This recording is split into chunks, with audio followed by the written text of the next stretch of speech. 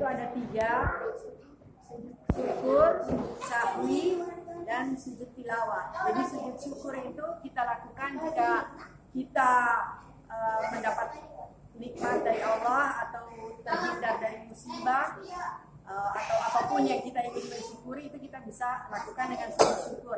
Dan sujud syukur ini tidak disyaratkan untuk berwudu. Jadi walaupun tidak dalam keadaan spontan, ya kita bisa langsung sujud dimanapun. Boleh menghadap kiblat, boleh juga tidak, karena tidak ada syarat yang harus menghadap kiblat.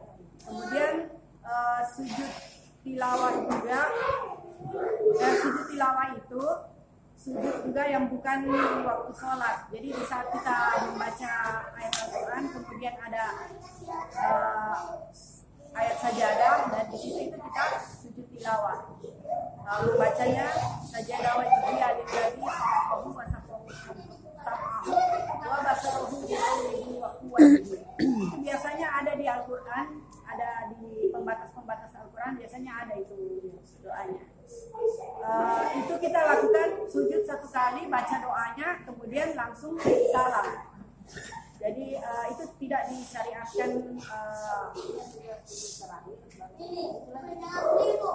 tidak dalam sholat. Kecuali kalau yang sholat subuh ya kita mengikuti imam, biasanya ada surah sajadah dibaca, imam sujud, kita juga ikut sujud, kemudian berdiri lagi. Itu biasanya kadang sambung ayat baru ruku. Nah tapi kalau ini di saat kita di rumah, misalnya kita baca ayat Al-Quran, kemudian ada surah sajadah, biasanya ada tanda kayak masjid kecil itu di ayatnya. Nah itu kita sujud di situ, sujud, baca doa, kemudian baru salam. Nah, kemudian yang sujud sahwi itu sujud lupa, itu di dalam sholat. Sebenarnya kan sudah pernah kita bahas. Sudah paham semua kan yang sujud lupa ini. Nah, kemudian kita lanjut dengan pembahasan sholat sunnah yang lainnya. Sholat sunnah ada, ini sholat sunnah sesudah wudhu. Jadi sholat sunnah sesudah wudhu ini tidak tergantung waktu. Jadi kapan saja kita wudhu, habis wudhu kita bisa melakukan sholat sunnah wudhu. Itu 2 rakaat. Kemudian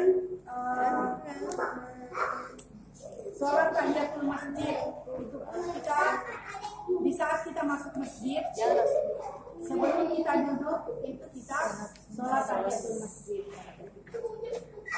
Kemudian sholat tobat dari dosa-dosa itu juga tidak tergantung waktu, tapi biasanya lebih bagus itu kalau kita kerjakan pada malam hari, ada masjidnya tobat karena lebih khusyuk. Kemudian ini bisa 2 rakaat dan sebanyak-banyaknya. Itu kita berdoa, memohon taubat dosa kita. Kemudian sholat selanjutnya kalau sholat sesudah tawaf di Ka'bah. Jadi di saat kita misalnya umroh atau haji, setelah kita tawaf, kita bisa melakukan sholat sunnah sesudah tawaf. Itu juga 2 rakaat. Biasanya sholat ini dilaksanakan di belakang makam Ibrahim. Dan di dalam kedua rakaat itu Nabi Muhammad di saat itu membaca surah Al-Ikhlas dan Al-Kafirun.